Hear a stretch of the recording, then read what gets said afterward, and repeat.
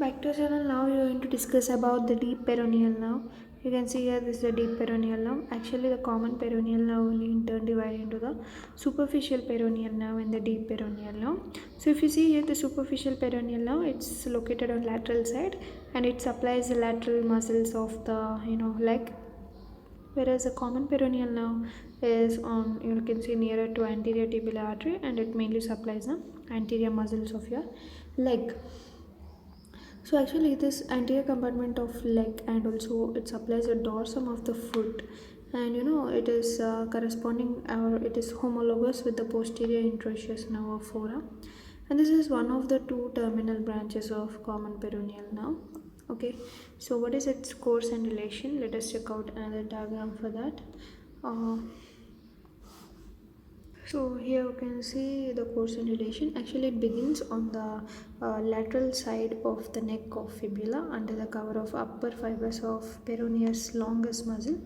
Okay, and it enters the anterior compartment mainly by piercing the anterior intermuscular septum, and it pierces the extensor digitorum longus muscle and comes to lie next to anterior tibial artery over here. Okay, so in the leg it accompanies the anterior tibial artery and has similar relations, that the nerve lies lateral to the artery in upper and lower thirds, but in upper and lower thirds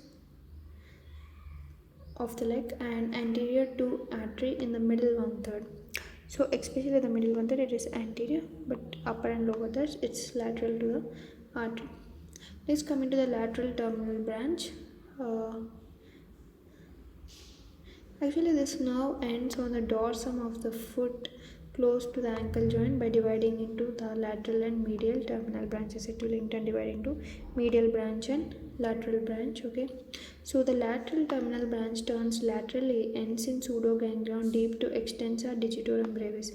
Okay, so it ends in extensor digitorum brevis muscle. The branches proceed from pseudoganglion and supply extensor digitorum brevis and also tarsal joints, sometimes second dorsal interosseous osseous muscle. Okay, I'll show on the diagram. So here you can see this is a deep peroneal nerve and this is a superficial peroneal nerve, right? So this deep peroneal nerve, it is also supplying up to this ankle joint, everything, tarsal joints, and also it supplies the second dorsal interosseous muscle. Okay, and actually as I said it gives a lateral terminal branch and the medial, this side lateral, right, lateral terminal branch and medial terminal branch. The medial terminal branch ends by supplying skin adjoining the first interdigital cleft here over here at this site. Okay, and the proximal joints of big toe and often the first dorsal interosseous muscle. Okay, so this is about deep peroneal nerve. Let us discuss about its branches and distribution. Mainly it is having muscular branches which supply the muscles of anterior compartment of leg, and it also supplies the extensor digitorum brevis on the dorsum of the foot, and occasionally it will also supply the first and second dorsal interosseous. Okay, next, what are the branches and distribution we're discussing? And acutaneous branch supplies adjacent side of first and second toe in middle, it supplies acutaneous branch. And articular branch of course supply the ankle joint and also the tarsal joints and also the tarso-metatarsal joints and also metatarsophalangeal joints of the big toe. So they're mainly supplying only to the big toe, like first to the ankle joint, next to the tarsal joints, next to the tarso-metatarsal and also metatarsophalangeal joints of mainly big toe. So this is all about the deep peroneal nerve. So next we'll discuss about one muscle, that is extensor digitorum brevis.